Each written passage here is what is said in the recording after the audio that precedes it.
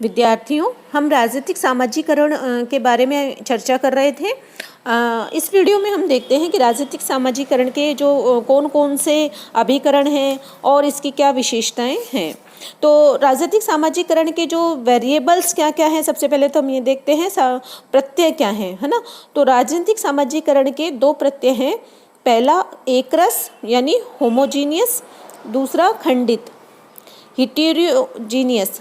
एक रस जो प्रत्यय से हमारा तात्पर्य यह है कि व्यक्ति एक दूसरे से मिलकर विश्वास के वातावरण में जो है कार्य करते हैं और अपने राजनीतिक विचार ग्रहण करते हैं।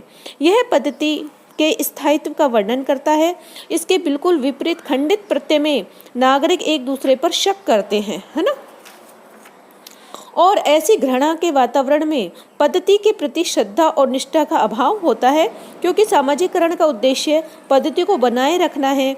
इसलिए अनेक लेखक इसे रूढ़िवादी अवधारणा कहते हैं। यह परिवर्तन के विरुद्ध अवधारणा है, परंतु ऐसा नहीं है।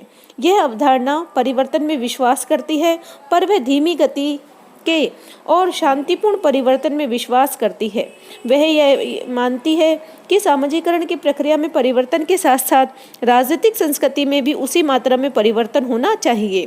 अकस्मात अधिक मात्रा में परिवर्तन राजनीतिक पद्धति को खंडित कर देता है। उनका मत है कि राजनीतिक मूल्यों का निर्माण एवं राजनीतिक परिवर्तन साथ साथ होने चाहिए। यह अवधारणा सत्ताधारियों को यह समझाने का प्रयत्न करती है कि वे कोई ऐसा कार्य न होने दें जिससे कि राजनीतिक पद्धति के प्रति नागरिकों के व्यवहार में अकस्मात परिवर्तन हो जाए। राजनीतिक सामाजिकरण की जो प्रक्रिया है वो राजनीतिक पद्धति एवं नागरिकों के वातावरण पर निर्भर करती है। पद्धति जितनी स्थायी होगी उतने ही राजनीतिक सामाजिकरण के तत्व स्थायी होंगे।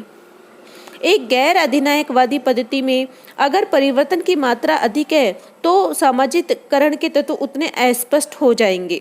सामाजिकरण की प्रक्रिया लोकतांत्रिक पद्धतियों तक ही सीमित नहीं है।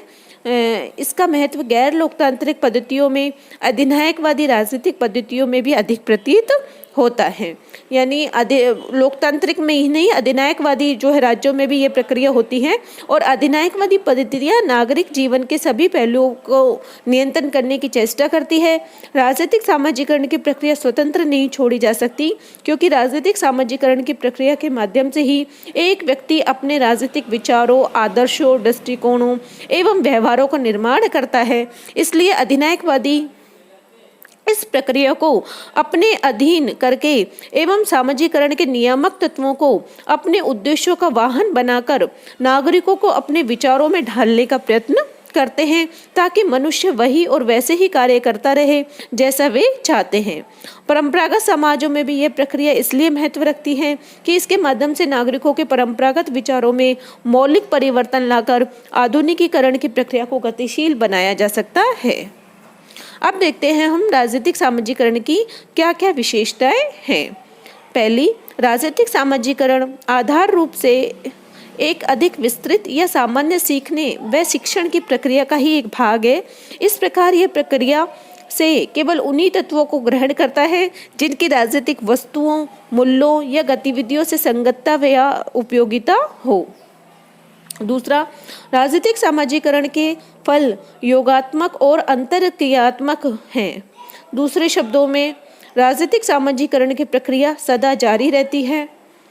तीसरा, राजनीतिक सामाजिकरण की प्रक्रिया अति विस्तारपूर्ण है, कंप्रेसिव है। इसमें वो सभी बातें आ जाती हैं जिनमें राजनीति को सीखने से कुछ भी अथवा दूरी का भी संबंध हो। और चौथी, प्रत्येक व्यक्ति सामाजिकरण के अनुभवों के न्यूनाधिक अनोखे मेल का प्रतिनिधित्व करता है। चूँकि पारिवारिक जीवन, सामूहिक संघों, शैक्षिक अनुभवों और जीवन शैलियों के प्रकार अनगिनत हैं, और चूँकि राजनीतिक सामाजिकरण में अन्य शक्तियों की अंतर्ग्रस्तता रहती है, अतः ऐसे सामाजिकरण के संभावित उत्पाद भी अनगिनत और विविध प्रकार के हैं। राजनीतिक सामाजिकरण की विशेषताओं के बाद हम देखते हैं कि राजनीतिक सामाजिकरण किन किन अभिकरणों से होता है। यानी जो है आर्मंड पावेल राजनीतिक शिक्षा को एक राजनीतिक जीवन काल की शिक्षा और एलन बाल इसको एक ऐसी शिक्षा मानते हैं जो मनुष्य के बचपन तक सीमित ही नहीं रहती बल्कि सारे जीवन चलती रहती है।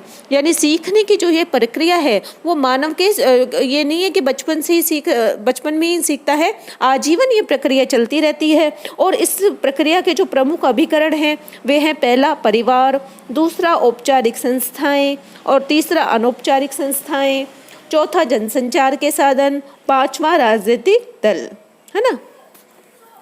यह स्वाभाविक ही है कि सामाजिकरण की संस्थाओं में जैसे परिवार है तो परिवार तो पहली ही पाठशाला है ना। यहीं से व्यक्ति संतोष, विरोध की भावनाएं ग्रहण करता है और आदेश व आज्ञा के संबंध में ज्ञान प्राप्त करता है, श्रद्धा की भावना ग्रहण करता है, राजनीतिक मूल्यों का निर्माण करता है। रॉबर्ट लेन जो है वो कुटुंब में 3 रीतियों को वर्णन करते हैं जिनके द्वारा एक बच्चा ज्ञान प्राप्त करता है। पहला, प्रत्यक्ष अप्रत्यक्ष सिद्धांतीकरण, बच्चे का एक विशेष सामाजिक परिस्थिति से संपर्क, बच्चे की मनोवृत्ति का उद्देश्यपूर्ण निर्माण। व्यक्ति की राजनीतिक शिक्षा में दूसरे स्थान पर औपचारिक शिक्षण संस्थाएं हैं। अतीत में यह विश्वास किया जाता है कि शिक्षण संस्थाएं व्यक्ति के राजनीतिक व्यवहार के निर्माण में एक महत्वपूर्ण स्थान रखती हैं।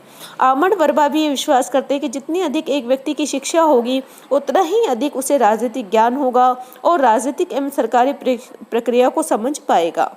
राजनीतिक वस्तुओं के संबंध में उसने इतने अधिक विचार होंगे, राजनीति में वह सक्रिय होगा, राजनीतिक क्रियाओं को प्रभावित करने की क्षमता होगी और सामाजिक वातावरण में विश्वास होगा। यही कारण है कि स्कूलों के पाठ्यक्रमों पर विशेष ध्यान दिया जाता है। उच्च शिक्षा की संस्थाएं व्यक्ति को राजनीतिक संस्कृति के निर्माण में परोक्ष अनुभव प्रदान करके विशेष सहायता करती है, जिसके माध्यम से राजनीतिक पद्धति में वह सरलता से अपना स्थान ग्रहण कर लेता है। ये शिक्षा संस्थाएं राजनीतिक पद्धति में स्थापित व्यवहारों को स्पष्ट कर देती हैं। माइनर विनर भारत में विश्वविद्यालयों की सामाजिकरण की प्रक्रिया में भूमिका वर्णन करते हुए लिखते हैं कि अगर विश्वविद्यालय के अधिकारी विद्यार्थियों की शिकायतों को दूर करने का संतोषजनक मार्ग निकाल लें तो विश्वविद्यालयों में अनुशासनहीनता की समस्या दूर हो जाएगी। वह ऐसे देश को अभिजन भी देंगे जो पद्धति के स्थायित्व को प्रभावित करेंगे और देश को उन्नति की ओर ले जाएंगे। राजनीतिक अभिकरण में जो तीसरा है औपचारिक संस्थाओं का है।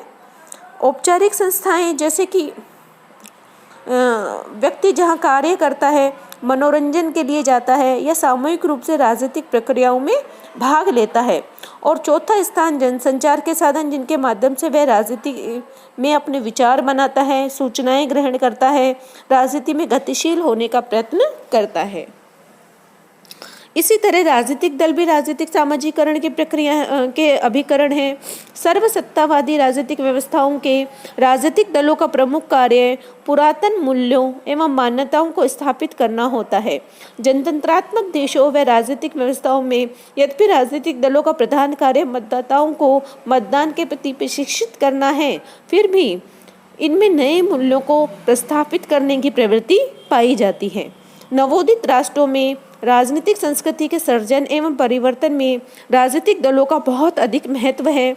इन देशों में अन्य देश संस्थाओं के अविकसित स्वरूप के कारण राजनीतिक दल केवल निर्वाचकीय उपादान ही बनकर नहीं रह जाते बल्कि वे ढेर सारे दूसरे कार्यों का निष्पादन भी करते हैं, जैसे जनता एवं शासन के मध्य संबंध स्थापित करना, राजनीतिक सूचनाओं का प्रसार करना, विभिन्न समुदायों में एकता स्थापित करना तथा राष्ट्रीय कार्यक्रमों का प्रसार कर राजनीतिक सामाजिकरण के एजेंट के रूप में सकारात्मक भूमिका निभाना। तो इस प्रकार ये जो है मनुष्य, हम कह सकते हैं कि मनुष्य ऐसा प्राणी है जो सदैव राजनीतिक शिक्षा ग्रहण करता रहता है।